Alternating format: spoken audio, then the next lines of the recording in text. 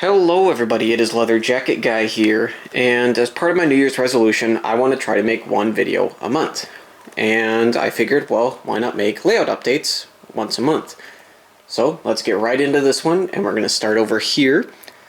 Last time you guys saw the layout was probably back in May when I got some new Athearn tank cars, and probably as you can tell, this area has changed a fair amount.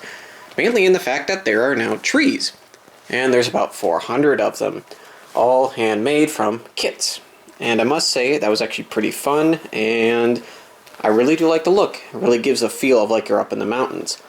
I also redid this area right here, a little bit bright with the sunshine, and I basically took plaster and kind of went along the sides of it, and then had my sister paint it, as she's much more artsy than I am.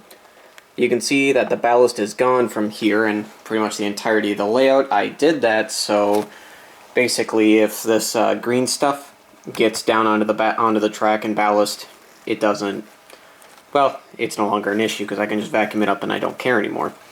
Hopefully the ballast will be back in here pretty soon, although for some reason this piece of track right here, the tenders of a few of my steam engines tend to derail, and it's got a bit of paint on the rail right there. I don't know if I can get that off, but I might just need new curves in general, as these have been taken up and put back down quite a few times. And for those wondering, I use the Woodland Scenics tree kits. And there's also been work that has gone on back here. I'm not sure why the scissors are still there, but we'll get to that area a little bit later, and same with back there. Coming back around the front of the layout, we actually have some changes.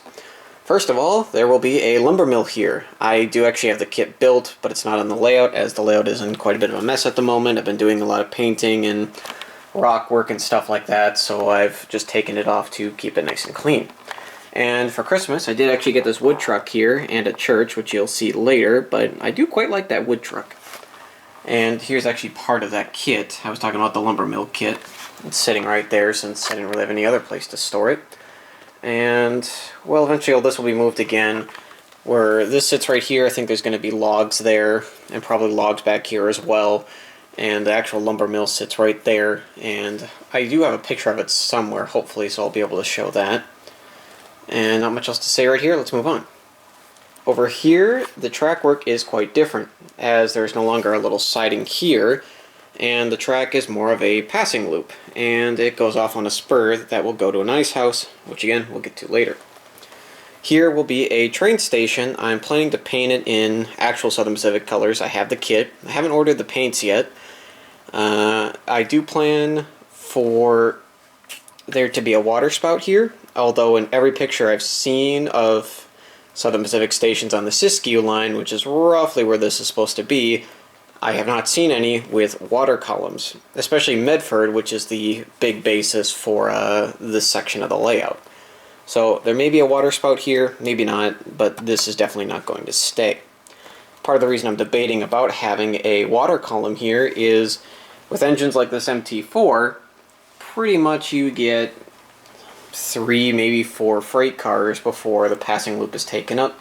And for an MT4 to only be hauling 4 cars seems a little bit ridiculous, but you never know. And I will get to all that in a moment. Coming back down the line, there's a signal here. It is a Hornby 00, I believe it's 2 home signals, if I remember correctly. And eventually this will be replaced with an American signal, if and when I can find one. Right here will be a ice house. I originally planned to paint it in SP colors, although I don't think Southern Pacific ever owned an ice house. But I'm actually thinking now I am going to paint it in maybe Battleship Gray with a green roof, so it kind of matches the SP theme, although I'm thinking about Great Northern Cascade Green. So maybe it's like this is a joint part of the Siskiyou line with the Great Northern, or Great Northern has trackage rights, or just something of that nature. Moving on to the actual town, you will see there's a lot of cardboard, and I use cardboard to mark out buildings, since you can normally find their dimensions online before you buy them, or if you're in your hobby shop, it always says it on the front of Walther's packaging. Starting on the left here, this will basically be a residential area, with 4 houses on the outside and 2 sets of 3 on the inside. At the back there, I plan for there to be a church, if it fits, a newspaper, building, a fire station, which seems obscenely small for what the kit says, but hey, you never know, and another house right there. Moving into the actual town, that will be a Merchant's Row kit number 4, used books, dry cleaners, row houses, a big town hall there that might need to be moved since it's sitting on the seam, so if it doesn't sit completely flat, I know I'm not going to be happy with it, so I might have to rearrange these buildings a little bit. I plan for there to be a little bit, move that out of the way, a little bit of a park right here. Basically something I've seen in Red Dead, and I just like the idea of a park in front of the town hall going across the street, so hopefully that'll work out. And we have a grocery store here, which may need to be moved so that there's some actual parking for it. This street right here, you can probably tell is wider than this one. This is 3 inches, which is roughly a 2-lane, and I think this is a little bit over 4 inches, which is a 2-lane with parking on one side. I do plan for there to be like a little parking lot here in front of the station, and I'll put up a picture of Medford from a book I have on the Southern Pacific, and you will see that cars parked right up next to the platform, so maybe this area over here as well will be that. The used bookstore back there, more than likely that will stay.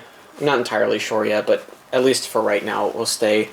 And I think that will give me a good representation of like a small to medium-sized town. Like it's growing, but it hasn't reached quite the post-war end of the post-war prosperity. And probably a few of you have noticed that the lighting angle has changed. Well, I had to stop recording, and now I am recording about 6 hours later.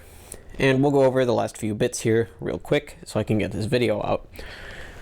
Over here, there is going to be a big mountain, kind of like in Oregon City, Oregon. I'll put up a picture again from my Southern Pacific book. And I'm thinking around the back here, on this side, on this hill, there will be a outcropping, a rock outcropping, and it will have a very familiar figure, if you know the Great Northern Railway, a goat on top of the mountain. Let's go to the final scene over there. So the final scene over here has seen the most work recently, actually, and it's basically a rock face, and there will be a wooden tunnel face right here at some point, or I'll reinstall it. This has received the most work, and I'm actually kind of happy with just the natural rock look here. I may go back in and darken some spots and stuff like that, or glop some paint on so that this smooths out a little bit, as I tried to sand it, but it just didn't seem to give me the effect I wanted. And that rock out there more than likely will be changed. And if I come over here, I can show you guys the other side. This is what it looks like up close, and this rock will need some more painting and get some of that down there. I'll also put some turf on top of this to kind of blend it in and make it look better from the tunnel mouth, and that area right there still needs to be done. And as probably most of you can guess, this area also needs to be done. However, there was supposed to be a farm here that would run all the way over there to where the church is. The church wasn't originally planned to be there, but it was a Christmas gift, so I thought I'd use it. And I really don't know what I'm going to do with this area yet, so I'm fine just leaving it blank. Also, probably as you could tell, it is also dirty back here. Let's move back around the other side. So that is the layout update for January. Thank you guys so much for watching, and if you liked the video, please like, maybe even subscribe if you'd like to see it continue. I do videos on both G-scale and HO scale trains. So if you like any of that, why not subscribe? I'll see you guys next time.